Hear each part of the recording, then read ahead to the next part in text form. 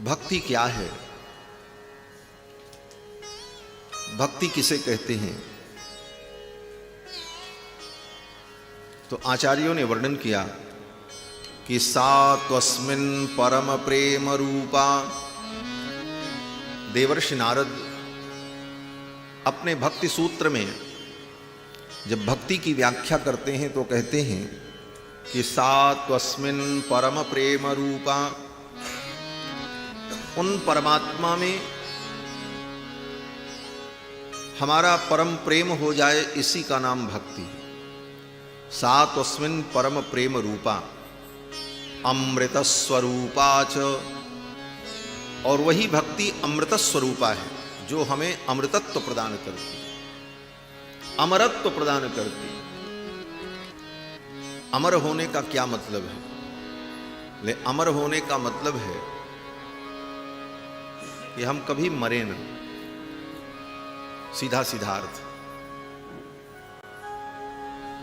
अमर होने का मतलब है कि हम कभी मरे न। लेकिन सामान्य व्यक्ति अमर होने का मतलब यह समझता है कि अब हमको शरीर मिल गया है, अब हम मरे न। लेकिन विशेष दृष्टि से चिंतन करें तो अमरत्व का मतलब है एक बार जो हमको ये शरीर मिल गया है ये तो मरेगा, लेकिन अब इसके बाद कभी हम न मरें, ये अमरत्व है। इसके बाद हम कभी न मरें, इसका उपाय क्या है? बोले मरते क्यों हैं? प्रश्न यही है, मरते क्यों हैं? बोले पैदा होते हैं इसीलिए मरते हैं, न पैदा हो तो मरेंगे भी नहीं। वो तो अन्योन्याश्रय संबंध है। जो वस्तु बनेगी वही बिगड़ेगी, जो पैदा होगी वही नष्ट होगी, ये नियम है। जो जो वस्तु उत्पन्न होती है वो वस्तु विनष्ट होती। तो मरते क्यों हैं, इस कारण का अगर चिंतन करें तो यही चिंतन में आएगा कि हम संसार में पैदा होते हैं इसलिए मरना पड़ता है। और ये तो समझाने के लिए कहना पड़ता है। सत्यता यह है कि हम पैदा नहीं होते, शरीर पैदा होता है। हम तो अनादि हैं, आत्मा अनादि है, आत्मा कभी पैदा हुई ही नहीं। आत्मा तो अनादिकाल से भगवान का अंश है। ईश्वर अंश जीव अविनाशी चेतन अमल सहज सुखराशि। जीवात्मा तो अविनाशी है, शरीर विनाशी है, और शरीर मरता है क्योंकि शरीर पैदा होता है। इसीलिए गीता में भगवान ने कहा कि जातस्य हि ध्रुवो मृत्युः ध्रुवं जन्म मृतस्य च। जातस्य ही ध्रुवो मृत्युः, जो जन्म लेगा वो निश्चित मरेगा। जातस्य ही ध्रुवो मृत्युः, तो जन्म किसने लिया? बोले शरीर ने लिया, आत्मा ने नहीं लिया।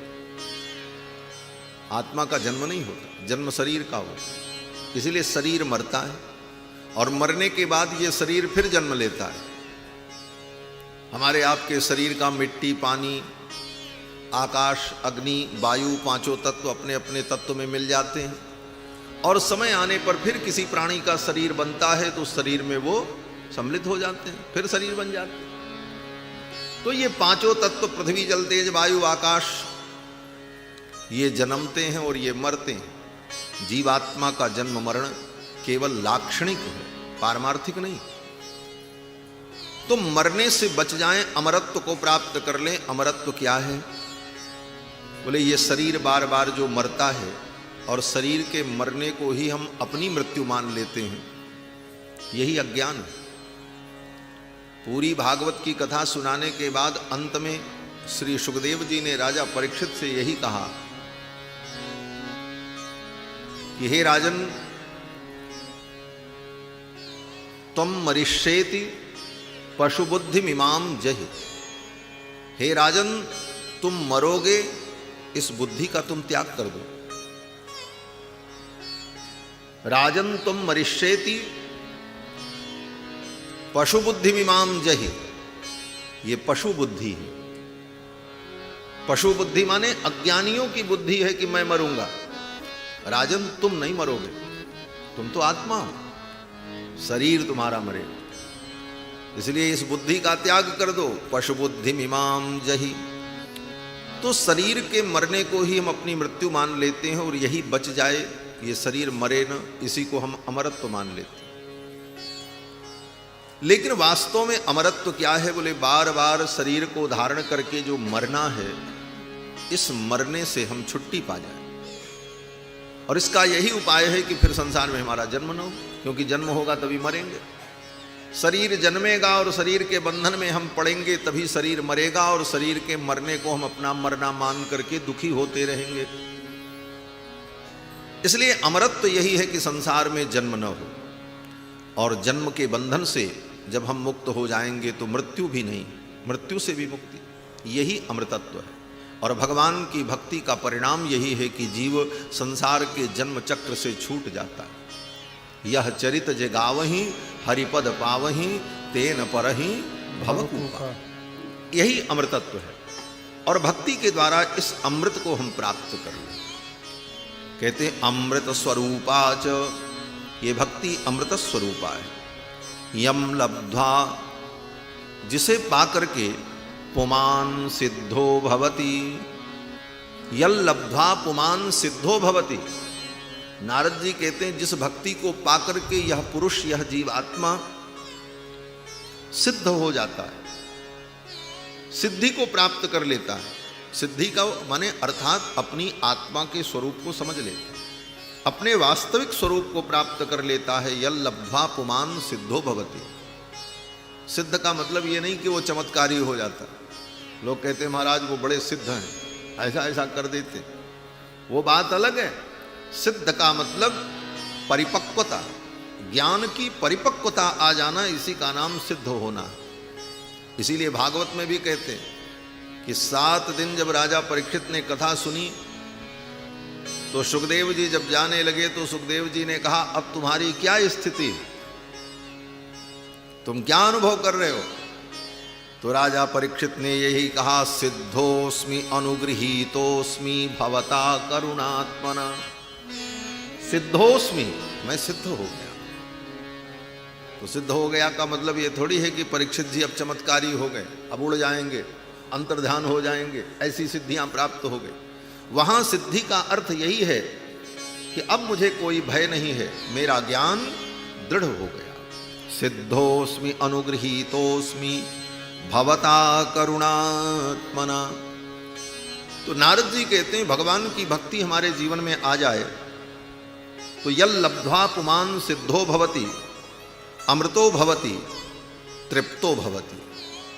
यह जीवात्मा तृप्त हो जाता है। भगवान की भक्ति आने पर ही जीवन में तृप्ति आए। सब अतृप्त प्राणी हैं संसार में। जिनके जीवन में भगवान की भक्ति नहीं है वो अतृप्त हैं। अतृप्त का मतलब तड़प रहे हैं, उनकी भूख समाप्त नहीं हुई। धन की भूख, सुख की भूख, स्वार्थ की भूख, यश कीर्ति की भूख, सब उनको परेशान किए हुए तृप्त नहीं हो पा रहे हैं, अतृप्त हैं। भगवान की भक्ति जीवन में जिसके आ जाती है वो तृप्त हो जाता है। उसे किसी चीज की फिर कोई आशा ही नहीं रहती। वह अपने अंदर ही पूर्णता का अनुभव करता है। जब तक हमारे अंदर किसी वस्तु की कमी का अनुभव होगा तब तक हम तृप्त नहीं हो सकते, और जब तक तृप्त नहीं होंगे तब तक हम तड़पते रहेंगे, व्याकुल रहेंगे।